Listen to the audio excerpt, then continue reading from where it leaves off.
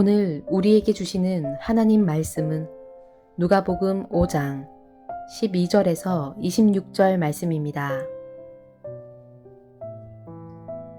예수께서 한 동네에 계실 때에 온몸에 나병 들린 사람이 있어 예수를 보고 엎드려 구하여 이르되 주여 원하시면 나를 깨끗하게 하실 수 있나이다 하니 예수께서 손을 내밀어 그에게 대시며 이르시되 내가 원하노니 깨끗함을 받으라 하신대 나병이 곧 떠나니라.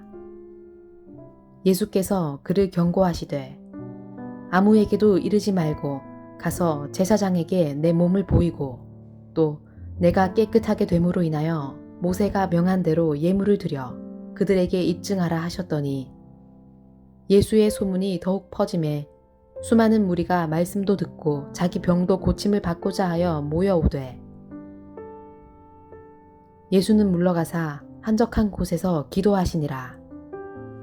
하루는 가르치실 때에 갈릴리의 각 마을과 유대와 예루살렘에서 온 바리새인과 율법 교사들이 앉았는데 병을 고치는 주의 능력이 예수와 함께하더라. 한 중풍병자를 사람들이 침상에 메고 와서 예수 앞에 들여놓고자 하였으나 무리 때문에 메고 들어갈 길을 얻지 못한지라. 지붕에 올라가 기와를 벗기고 병자를 침상째 무리 가운데로 예수 앞에 달아내리니 예수께서 그들의 믿음을 보시고 이르시되 이 사람아 내 죄 사함을 받았느니라 하시니 서기관과 바리새인들이 생각하여 이르되 이 신성 모독하는 자가 누구냐 오직 하나님 외에 누가 능히 죄를 사하겠느냐. 예수께서 그 생각을 아시고 대답하여 이르시되 너희 마음에 무슨 생각을 하느냐. 내 죄 사함을 받았느니라 하는 말과 일어나 걸어가라 하는 말이 어느 것이 쉽겠느냐. 그러나 인자가 땅에서 죄를 사하는 권세가 있는 줄을 너희로 알게 하리라 하시고 중풍병자에게 말씀하시되 내가 네게 이르노니 일어나 내 침상을 가지고 집으로 가라 하시매 그 사람이 그들 앞에서 곧 일어나 그 누웠던 것을 가지고 하나님께 영광을 돌리며 자기 집으로 돌아가니 모든 사람이 놀라 하나님께 영광을 돌리며 심히 두려워하여 이르되 오늘 우리가 놀라운 일을 보았다 하니라.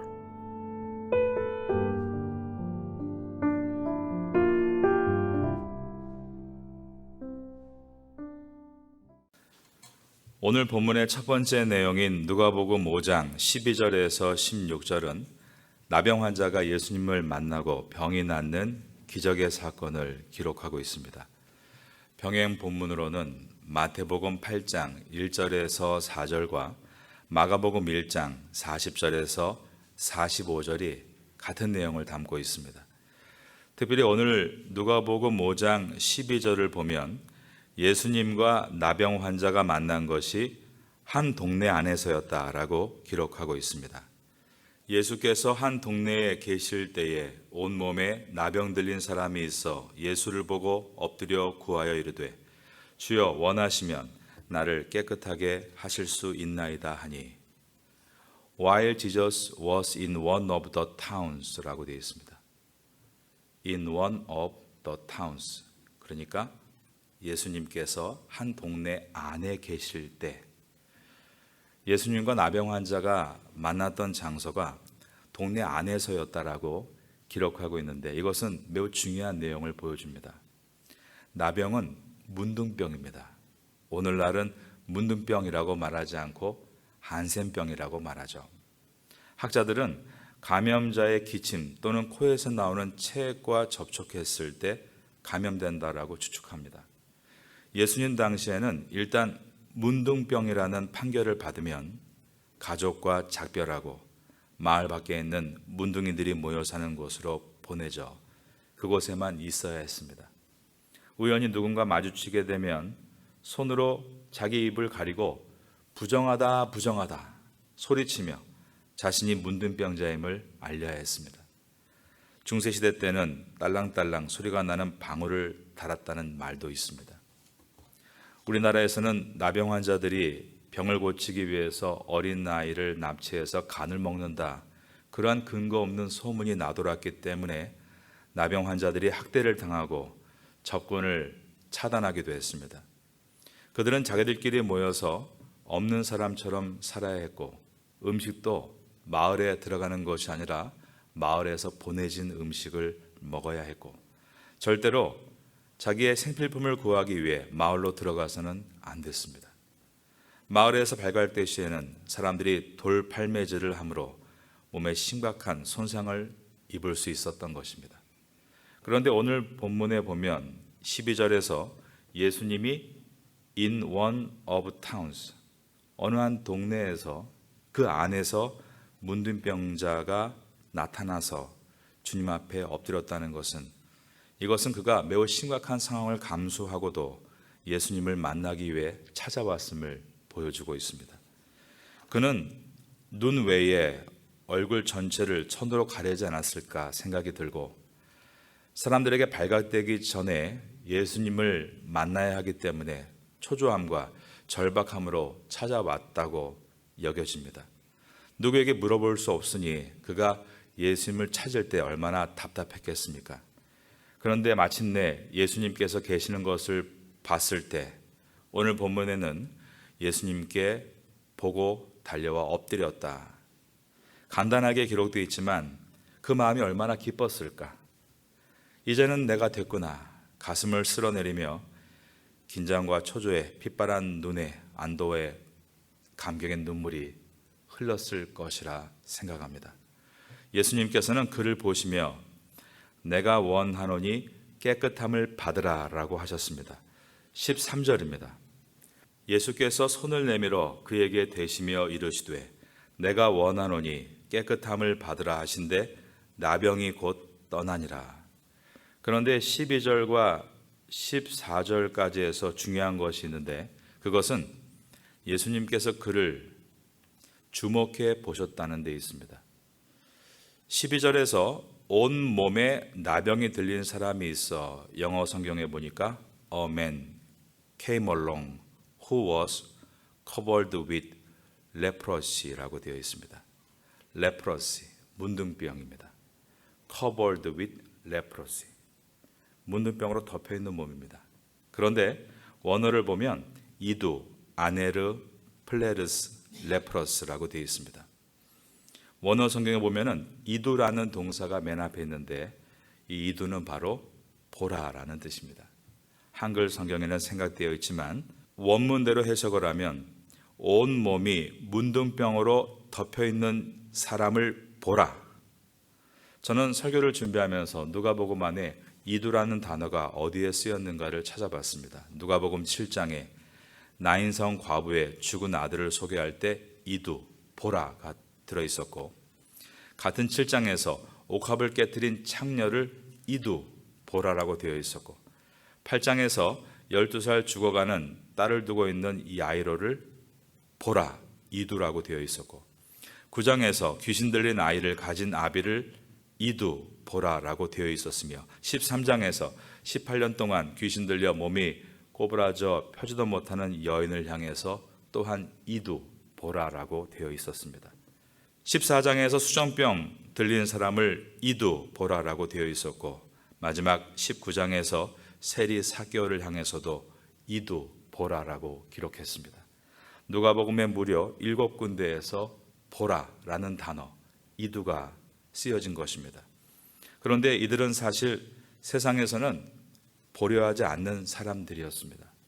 관심이 없고 귀찮아하는 사람들입니다. 그런데 예수님은 이두, 보라라고 하시며 그 사람들에게 응원의 갈채를 보내주고 계셨던 것입니다. 저는 이 이두라는 단어를 찾으면서 큰 감격을 받았습니다. 12절에 온 몸에 나병 들린 사람이 있어 누구도 보려 하지 않는 그 한 사람에 대해서 성경은 이두, 보라라고 기록하고 있는 것입니다. 그 당시의 문둥병은 도저히 치유가 불가능한 질병으로 문둥병은 곧 죽음을 얘기했습니다. 구약 성경에는 문둥병을 고친 경우가 단 한 번 등장하는데 열왕기하 5장에서 아람 군대 장군이었던 나아만이 이스라엘에 와서 하나님의 선지자 엘리사를 통해 문둥병을 고침받았던 사건입니다. 그런데 나아만이 처음에 문둥병을 고치러 왔다라고 이스라엘을 방문했을 때 이스라엘 왕은 뭐라고 했는가 하면, 내가 어찌 하나님이건대 능히 사람을 죽이며 살릴 수 있으랴. 저가 어찌하여 나에게 찾아와 문둥병을 고쳐달라 하느냐. 이는 필시 나로 더불어 시비하려 함인 줄 아노라 라고 할 정도로 문둥병자를 고치는 것은 불가능한 일이고, 그 당시에 문둥병은 회복이 아니라 죽음을 의미했던 것입니다. 또한 문둥병에 대해서 사람들은 하나님이 내리신 형벌이라고 생각했습니다. 라하스라는 학자가 있습니다. 그가 쓴 논문을 보면 복음서와 사도행전에 나오는 히브리적인 요소라는 제목으로 이 문둥병에 대해서 고대 사회가 가지고 있던 생각을 기록합니다. 유대 사회에서 가장 비난받는 죄 중에 하나가 비방죄였다고 합니다. 그 비방죄에 대해서 하나님께서 내리시는 심판이 문둥병이었다. 이렇게 유대교에서는 인식을 갖고 있었던 것입니다. 그러므로 문둥병은 사람에게 부끄러움과 죄책감을 갖게 했습니다. 천벌을 받아서 저런 병이 걸렸다, 이러한 수군거림을 당해야 했던 것입니다. 그래서 문둥병은 단순하게 피지컬 페인, 육체의 고통이 아니라 멘탈 페인, 정신적인 고통이었습니다. 영적인 죄인으로 낚인 찍혀서 예루살렘 성전에는 말할 것도 없고 회당에도 들어갈 수 없고 마을도 들어갈 수 없고 심지어 자기 가정에서도 분리되어야 하는 가장 비참한 질병이 문둥병이었던 것입니다. 사회적인 격리뿐 아니라 유대인들에게는 종교적으로도 부정한 자라고 여겨져서 함께할 수 없는 취급을 받았기 때문에 그야말로 절대적인 고독한 섬에 갇혀야 되는 병이었습니다. 그래서 기록을 보면 많은 문둥병자들이 자살을 했다, 이렇게 나와 있습니다. 섬이 영어로 아일랜드인데 우리가 분리라는 아이솔레이션이라는 단어도 기억할 필요가 있습니다. 사람들 사이에 섬이 있다. 그곳에 가고 싶다. 단 두 줄의 시가 있습니다. 정현정 시인이 쓴 시인데, 사람들 사이에 섬이 있다. 그곳에 가고 싶다. 너무 짧지만 마음을 울리는 시입니다. 왜냐하면 우리 모두의 외로움을 대변해 주기 때문입니다. 이 자리에 외롭지 않는 분이 어디 있겠습니까? 우리는 다 섬입니다. 지금 이 자리에는 수십 개의 섬이 떠 있는 것입니다. 그곳에 가고 싶다. 오늘 본문에 나오는 이 문둥병자는 마을로 잠입해서 예수님을 발견하고 그분께 구해서 만약에 안 고쳐주시면 이제 죽어야겠다, 아마 그런 마음으로 오지 않았을까 생각합니다. 5장 12절에 예수께서 한 동네에 계실 때 온몸에 나변 들린 사람이 있어 예수를 보고 그 다음 저를 따라하겠습니다. 엎드려 구하여 이르되. 이 사람은 예수님을 만나자마자 엎드려 구했다라고 되어 있습니다. 엎드렸다, 이 원어는 얼굴을 땅에 댔다라는 뜻입니다. 여러분, 코를 땅에 댈 만큼 엎드린 적 있어 보셨습니까? 기도하다가 그런 기도를 해보신 분도 있을 거라 생각합니다. 사실 이 내용은 앞에 있는 베드로가 예수님 앞에 나와 엎드렸다의 그 단어와 같은 내용입니다. 베드로가 예수님 앞에 코가 닿도록 엎드려서 자신은 죄인이라고 고백한 사건과 넉 절을 뛰어넘어서 오늘 본문에서 12절에서 주여 원하시면 나를 깨끗하게 하실 수 있나이다 라며 엎드린 이 사건은 고의적으로 함께 병행적으로 기록해 놓은 것입니다. 문둥병자가 얼마나 절박했을까. 주여 원하시면이라고 하고 있습니다. 당신의 뜻이라면 저를 깨끗하게 하실 수 있습니다. 이 사람은 지금 예수님께서 원하신다면 나의 병은 다 나을 것임을 믿고 이 자리에 와 있습니다. 그런데 문제가 있습니다. 자기가 율법을 깨트리고 이 마을 안으로 들어온 것입니다. 문둥병자는 사람들 앞에 나올 때 부정하다 부정하다 손을 저으며 입을 막고 나와야 되는데 그는 그냥 나왔습니다. 그래서 그의 고백은 저는 예수님께서 나의 병을 고쳐주실 것을 잘 알고 있습니다.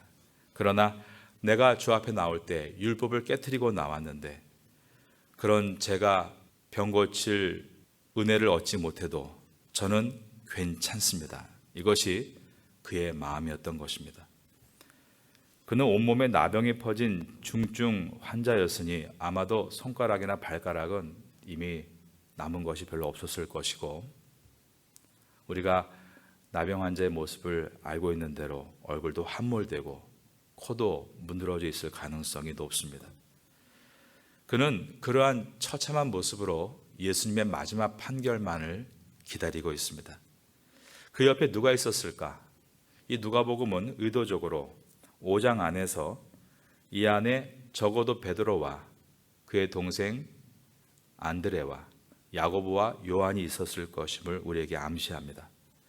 왜냐하면 바로 전에 그들을 제자로 부르셨고 동행하고 있었기 때문입니다. 그러면 이 상황은 어떤 상황입니까? 문둥병자는 온몸이 처참한 모습으로 감히 얼굴도 들지 못하고 땅에 코를 박고 엎드려 있습니다. 그때 베드로의 위치는 선 자세에서 그를 내려다보고 있었겠죠. 누가복음 분명 이것을 우리에게 의도적으로 보여줍니다. 이 두 사람을 함께 병행해서 보여주면서 아마 베드로가 이렇게 생각했다고 여겨집니다. 도대체 얼마나 죄를 많이 지었길래 저런 저주를 받았을까? 문둥병자라니 천하의 죄인 아닌가? 반사적으로 어쩌면 몸을 뒤로 물렸을지도 모릅니다. 전염되지 않을 정도로 거리를 확보하고 그러면서 돌을 찾았을지도 모릅니다. 그 당시의 율법은 문둥병자가 나타나면 돌을 던져 치는 것이었기 때문입니다. 오늘 본문은 이 이야기를 우리에게 깊이 보여주고 있습니다. 우리는 내가 짓는 죄는 별것 아니라고 관대하게 넘어가면서 남이 짓는 죄는 문둥병 바라보듯이 엄하게 대하는 인간의 마음을 말씀하고 있는 것입니다. 사실 베드로와 이 문둥병자는 5장 본문 안에 같은 죄인입니다. 인간은 결국 의인인 척하는 죄인과 죄인인 것을 인정하는 죄인 이 둘 밖에는 없는 것입니다. 베드로를 비롯한 다른 제자들은 우리보다 더 큰 죄인이라면서 문둥병자를 역겨워하면서 물러나고 있었습니다. 바로 그때였습니다. 주님은 어떻게 하셨는가? 오히려 그에게 다가가셔서 그 문드러진 고름이 덮인 몸을 만져주셨습니다. 13절입니다. 예수께서 손을 내밀어 그에게 대시며 이르시되 내가 원하노니 깨끗함을 받으라 하신대 나병이 곧 떠나니라. 내가 원하노니 깨끗함을 받으라. 이 사건은 참으로 놀랍고 경이로운 사건입니다. 병이 나은 기적의 사건이기 때문에 경이롭지만 그것보다는 어느 누구도 주님께서 이 문둥병자의 몸에 손을 댈 거라고 생각하지 못했기 때문에 경이로운 일입니다. 구약 성경에 보면 레위기 17장에 문둥병자의 규례가 나와 있습니다. 문둥병자의 살던 집은 아예 자체를 헐어야 된다고 나와 있습니다. 헐어버린 집과 제목과 그리고 그 땅까지 다 퍼서 마을 밖으로 가지고 나가서 그냥 아무데나 버리는 곳이 아니라 더러운 곳에, 즉 쓰레기장에 버려야 된다고 되어 있습니다. 그가 살던 집을 헐어버리고 모든 것을 다 퍼서 더러운 곳에 갖다 버리는 그 인생을 주님께서 만져주셨습니다. 이 순간 아마도 제자들은 기겁을 했을 겁니다. 이런 것은 본 적이 없기 때문입니다. 그런데 말릴 틈도 없었습니다. 어느 순간 벌써 주님의 손이 그의 몸을 대고 있었으니 말입니다. 누가복음 17장에 보면 예수님이 문둥병자의 병을 고치시는데 무려 10명을 한꺼번에 고치십니다. 그런데 그때는 손을 대신 것이 아니라 가서 제사장에게 내 몸을 보이고 병이 나았음을 확증받으라 말씀으로만 고치셨습니다. 즉 주님은 손을 대시지 않아도 한 명이 아니라 10명도 고칠 수 있는 분이라는 것입니다. 그러면 왜 주님은 오늘 본문에서 굳이 이 문둥병자에게 손을 대시며 고쳐주셨는가? 누가복음을 연구하면서 예수님이 손을 대신 용례도 한번 찾아봤습니다. 4장 40절에서 온갖 병자들을 일일이 그 위에 손을 얹었다라고 되어 있고 7장 14절에서는 나인성 과부의 죽은 아들의 손을 대었다라고 되어 있습니다. 율법은 시체에 손을 댈 수 없습니다. 평신도 신약 주석을 쓰는 윌리엄 바클레이의 글에 보면 이 부분에 이런 글이 나와 있습니다. Jesus touch the untouchable 이라고 했습니다. 예수님께서는 만질 수 없는 사람을 만지신 것이다. 오늘 본문인 누가복음 5장은 예수님께서 베드로가 엎드린 것과 또한 문둥병자가 엎드린 이 두 사건 앞에 같은 내용을 올려놓고 있습니다. 주님께서 던지시는 질문이 있습니다. 두 사람이 다르냐라는 것입니다. 베드로는 용서받을 수 있는 사람이고 저 문둥병자는 용서받을 수 없는 사람이냐라는 질문입니다. 죄에는 경중이 없다. 그러나 나는 더 어렵고 힘든 자에게 나의 손을 댈 것이다. 우리 모두가 untouchable, 만질 수 없는 사람들 아닙니까? 그런데 주님께서 우리에게 찾아오셔서 만지시는 그 은혜가 얼마나 큰가를 오늘 본문이 보여주고 있는 것입니다. 여러분, 이 문둥병 환자에게 손을 누가 댄 적이 있었을까? 그게 몇 년 만이었을까? 알 수 없습니다. 그러나 분명 그날 예수님께서 어쩌면 그의 목에 손을 대셨는지도 모릅니다. 그 따뜻한 온기가 느껴질 때 그가 어떠했을까? 그가 병이 낫는 것도 행복했지만 어쩌면 그것보다 외로운 내 인생에 누군가의 손길이 찾아온 것이 더 행복했을지 모릅니다. 우리는 우리 인생 가운데 혼자 있다라고 외로워합니다. 그러나 그 혼자 있는 외로움 속에 주님이 찾아오시고 오직 나의 인생을 만져줄 수 있는 분이 하나님이심을 보여주십니다. 여러분, 코로나 시대의 외로움과 고독 속에서 오히려 그분의 귀한 손길을 만날 수 있게 되기를 예수님의 이름으로 축원합니다. 이어지는 누가복음 5장 17절에서 26절은 중풍병자를 고치시는 사건입니다. 17절 말씀입니다. 하루는 가르치실 때에 갈릴리의 각 마을과 유대와 예루살렘에서 온 바리새인과 율법 교사들이 앉았는데 병을 고치는 주의 능력이 예수와 함께 하더라. 누가복음 전체에서 바리새인이 처음 등장하는 내용입니다. 이 당시에 바리새인은 약 7,000명 정도가 있었다라고 되어 있습니다. 그런데 이 자리에 있었던 바리새인은 여기에 보니까 유대와 예루살렘, 즉 팔레스타인 땅 중에 수도에서 온 사람들이었습니다. 그러니까 예수 그리스도에 대한 소문이 광범위하게 퍼져 있었고 나라의 핵심부에서도 예수님에 대해서 관찰하기 시작했다는 것을 우리에게 보여줍니다. 그렇기 때문에 이들이 앉아서 예수님의 가르침을 배우고 있는 것은 결코 호의적인 태도가 아니었다는 것도 생각해 볼 수 있습니다. 이와 같은 상황 가운데 새로운 등장인물이 나타납니다. 한 중풍병자와 그의 친구들이 예수님을 찾아온 것입니다. 18절입니다.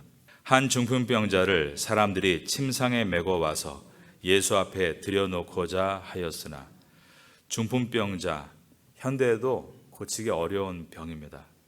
중풍병에 걸리면 정도의 차이가 있을 수 있지만 몸을 자유롭게 움직일 수 없고 다른 사람의 도움이 없이는 살아가기 어려운 병입니다. 이 사람은 자기 스스로의 힘으로 예수님께 나올 수 없는 사람이었습니다. 그런데 이 사람에게는 4명의 좋은 친구들이 있었습니다. 중풍병자같이 몸의 하중이 완전히 밑으로 떨어진 사람을 간의 침대에 옮긴다는 것은 결코 쉬운 일은 아니었을 것입니다. 중풍병자를 이 간의 침대에 누이고 침상을 옮길 때 아마 4명의 친구들은 숨을 가쁘게 몰아셨겠죠. 그리고 어느 순간부터 우리와 같은 더운 지중해 연안에 있는 팔레스타인에서 그들은 땀을 비오듯 흘렸을 것입니다. 중풍병자가 누워서 그들을 바라봤을 것입니다. 자기를 나르는 4명의 친구들의 거친 숨소리도 들었을 것입니다. 그러면서 어쩌면 그날 중풍병자는 그렇게 나를 도와주는 것만으로도 친구의 우정 때문에 행복한 하루였을 것이다 생각이 듭니다. 마침내 예수님께서 계시고 있는 집 앞에 도착했습니다. 그런데 인생이란 한 고비를 넘어가면 또 문제가 오듯이 도착을 했는데 예수님께 나아갈 수가 없었다는 것입니다. 19절입니다. 무리 때문에 메고 들어갈 길을 얻지 못한지라. 너무나 많은 사람이 방 안에 가득 차 있었기 때문에 도저히 그 사이를 비집고 들어갈 수가 없었습니다. 저는 이 상황을 한번 생각해 봤습니다. 제가 만약에 중풍병자라면 수고한 4명의 친구들을 보면서 이렇게 말했을 겁니다. 여보게, 오늘은 이만하면 됐네. 자네들은 충분히 했어. 이제 그만 함께 집으로 돌아가세나. 자기 때문에 수고한 친구들에 대한 미안함이 들어서 이제 그만하자, 그만 돌아가자라고 말했을 것 같습니다. 그런데 이 친구들은 포기하지 않았다는 것입니다. 지붕을 뚫고 내려가서도 꼭 예수님 앞에 나의 친구를 데려다 놓겠다. 그래서 정말 지붕 위로 올라가서 천장을 뚫기를 시작했습니다. 19절입니다. 무리 때문에 메고 들어갈 길을 얻지 못한지라 지붕에 올라가 기와를 벗기고 병자를 침상째 무리 가운데로 예수 앞에 달아내리니 아마도 떨어지지 않도록 하기 위해서 사다리로 끌어올려야 되기 때문에 친구들은 안전을 위해서 그 병자의 몸을 침상에 묶지 않았을까 생각합니다.